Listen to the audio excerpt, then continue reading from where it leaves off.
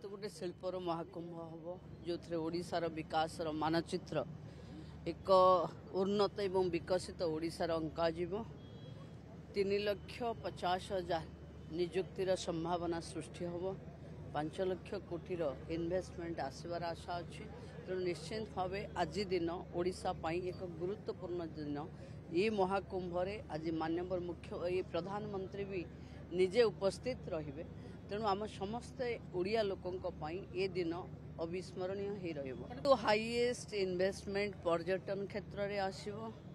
ओडिशा को पर्यटन क्षेत्र रे 1 नंबर करबा पई आमे जो मानचित्र आंकिचु देशर प्रधानमंत्री नेतृत्व में ओडिशार माननीय मुख्यमंत्री नेतृत्व में आमे सेथिरे सफल हबो। ये उत्कर्ष ओडिशा कनक्लेव ऐतिहासिक हबो, जुगांतकारी हबो एवं माननीय प्रधानमंत्री नरेंद्र मोदी जी आपको उद्घाटन करेंगे। आ किछि समय मध्य माननीय प्रधानमंत्री आसी योगदान करेंगे एवं जेतिकी पाखौची समय सेतिकी उत्साह बढ़ुची।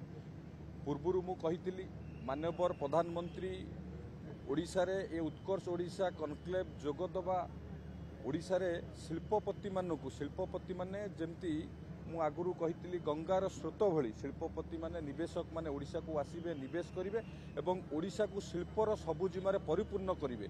जेते पाखई आसुची समय सेते उत्साह बढ़ुची एवं आपण माने समस्ते धैर्य धरंतु, अपेक्षा करंतु। आसंता काली संध्या बेलू देखिबे आमे जो प्रतिश्रुति देइथिलु ताठारु बहुत किछि अधिक हबो एवं विभिन्न सेक्टर इंडस्ट्री जो सेक्टर इंडस्ट्री ओडिशा रे आगुरु नथिला सेही सबु शिल्प प्रतिष्ठा हबो एवं ओडिशा रे शिल्प विप्लव सृष्टि हबो। केते पंजीकरण करछिन वर्तमान डेलीगेट्स देखंतु आगुरु आमे कहिचु 2 दिन भितर 2 दिन रे 10,000 डेलीगेशन जोग देबे। 16टी कंट्री रु Kansal general, high commissioner, ambassador से आसिकी उपस्थित अछंती।